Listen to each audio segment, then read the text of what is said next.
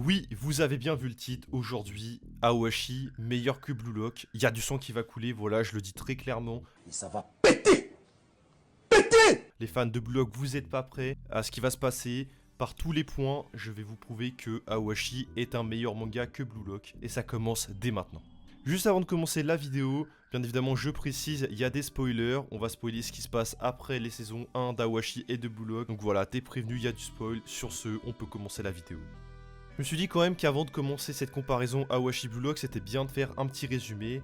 Donc voilà, petit résumé en vif de ce qui se passe d'abord dans Aoashi. Aoashi, c'est l'histoire d'Aoyo Ashito, un gamin qui vit à Ehime, qui est repéré par Fukuda, l'entraîneur A de l'équipe U18 de Tokyo Esperion. Et donc voilà, toute la saison, on va suivre Ashito qui va passer les détections, qui va être sélectionné en équipe B de l'Esperion, et qui va enchaîner les matchs, et qui à la fin de la saison va monter en A suite à la victoire contre Musashi no Youth. Pour Blue Lock, bon, j'ai pas besoin de vous faire un résumé, mais on va quand même en faire un. Isagi Yoichi reçoit une invitation du Blue Lock, un programme qui vise à faire un attaquant parfait pour que le Japon gagne la Coupe du Monde. Donc voilà, tout au long de la saison, on va voir Isagi qui se renforce de plus en plus, tout en battant ses adversaires et en se créant des gros rivaux.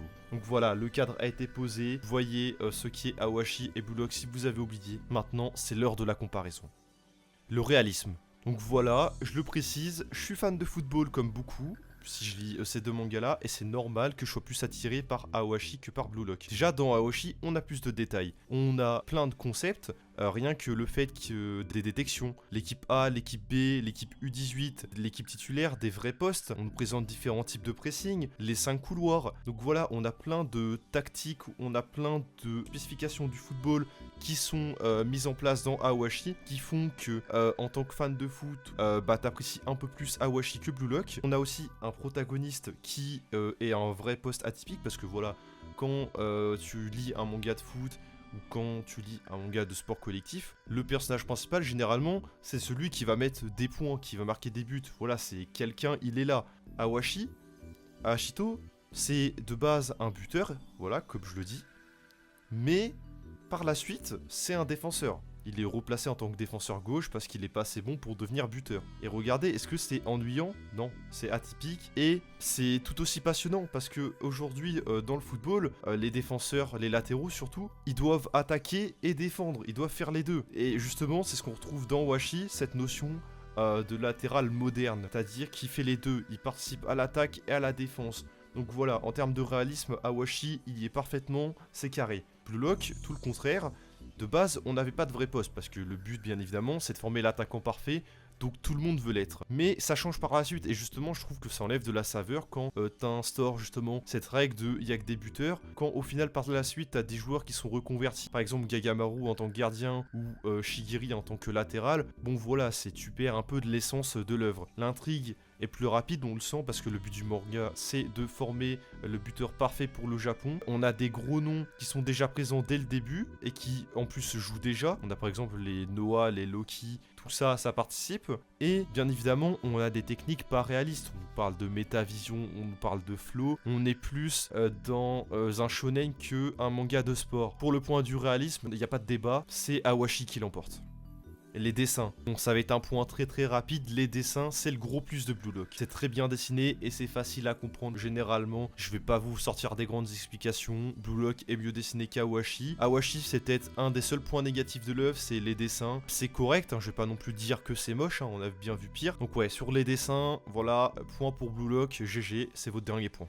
Les personnages, et là c'est tout le contraire, Blue Lock c'est le plus gros point faible de l'œuvre, c'est les personnages. Les personnages, ils sont fades, ça manque de saveur. Ça donne pas envie de t'intéresser à eux. C'est triste à dire, ils ont des histoires qui sont pas intéressantes, qui sont généralement pas liées au football. C'est triste que les seuls personnages qui donnent de l'intérêt, je trouve, dans cette œuvre-là, c'est ceux qui ont déjà du vécu. C'est par exemple les Ego, les Noah, les Loki. Bah, c'est triste quand même que les personnages qui portent l'œuvre, c'est des adultes déjà. Tout le contraire d'Aoashi, où le plus gros point fort, je pense, du manga, c'est les personnages. On a des histoires qui sont toutes différentes. On le voit très bien avec Akutsu, toute son histoire avec Sadaron, c'est très intéressant à voir, ça complexifie le personnage qui de base était ultra détestable, mais que par la suite tu apprends à apprécier, tu comprends pourquoi il est comme ça. Kuribayashi, Kiriki, cette notion de numéro 1, numéro 2, très intéressant à suivre. Ashito qui est un joueur lambda de base, mais il a la vision de jeu, donc ça change tout. T'as des personnages qui donnent envie de t'intéresser à eux, c'est pas forcément que les adultes. Fukuda a une très bonne histoire, voilà, c'était très intéressant à suivre, mais les personnages qu'on suit, les Akutsu, les Kuribayashi, les Tripon, les Ashito bien évidemment, voilà, ça donne envie de t'intéresser à eux, ils ont une histoire qui fait plaisir. Donc voilà, en termes de personnages, je pense qu'il n'y a pas besoin de débattre, Aoashi a des meilleurs personnages que Blue Lock. En termes de scénario, c'est un peu plus compliqué, non pas que Aoashi a un mauvais scénario, mais c'est-à-dire que c'est assez difficile de donner le point à l'un ou à l'autre. Aoashi, en 350 chapitres, c'est actuellement un tournoi de pré-saison contre des équipes à l'international. Ça va affronter le Real Madrid, le Barça, donc voilà. On est sur un arc qui va sûrement marquer un tournant dans l'œuvre, parce que ce qui se passe après, normalement, si l'œuvre suit sa ligne directive, Ashito va monter en équipe titulaire de l'Espérion, c'est ce qui va arriver, mais je sais pas pourquoi, je pense que je suis pas le seul à avoir des doutes. On a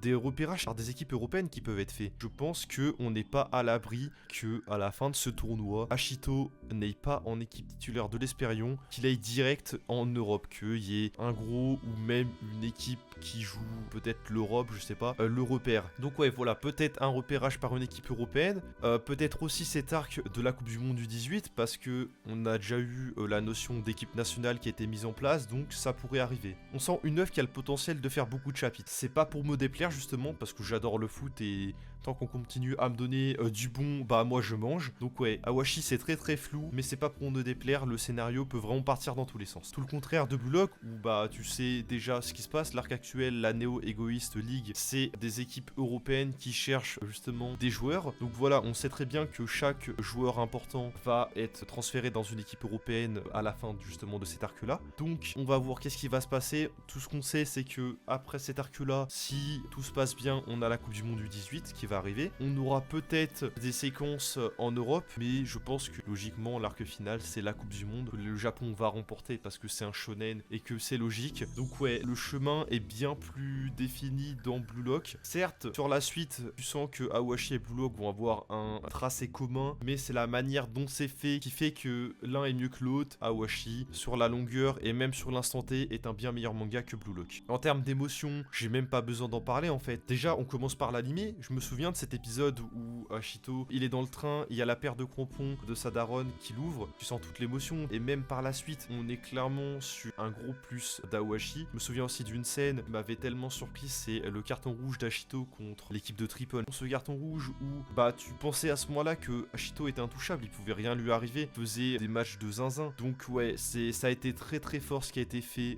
par le mangaka d'Aoashi en termes d'émotion. Contrairement à Blue Lock, c'est fade, c'est comme les personnages en fait, c'est-à-dire que, bah déjà, comme je disais, les personnages en termes d'émotion, ils nous marquent pas tellement. Le seul qui m'intrigue, quand je le vois, je suis en mode oh putain, j'ai envie d'en savoir plus sur lui, c'est peut-être Ego. Il y a aussi, je pense, Noah quand même, on va pas se mentir. Voilà, il y a très peu de personnages au final qui nous touchent, et même en termes de match, quand je parle d'émotion, les matchs, le dernier qu'il y a eu qui m'a marqué, je pense, c'est le match contre les U18, parce que là, il y avait de la tension, ça partait dans tous les sens, il y avait quelque chose, mais depuis le début de la No Egoist League, tu sens que c'est vide, qu'il n'y a pas grand chose de proposé en termes d'émotion. À chaque fois, tu sais que Izagi va gagner, tu sais que bah à la fin c'est perdu. C'est comme ça que ça va se passer, il va gagner tous ses matchs. Et voilà, c'est un shonen, c'est plié, c'est comme ça. Aoashi est vraiment manga de sport, tu sais que tout peut se passer, tu sais que potentiellement va y avoir peut-être des blessures, va y avoir des défaites. Là, le match contre le Barça, ça me paraît impossible que l'Espérion gagne, le Barça est tellement au-dessus. Voilà, il y aura des matchs de perdus. C'est ce que l'œuvre nous propose depuis le début. Donc ouais, Aoashi, ça tue Blue Lock, voilà. Que on soit subjectif ou objectif, c'est comme ça. Voilà, la vidéo elle est finie, j'espère qu'elle vous aura plu.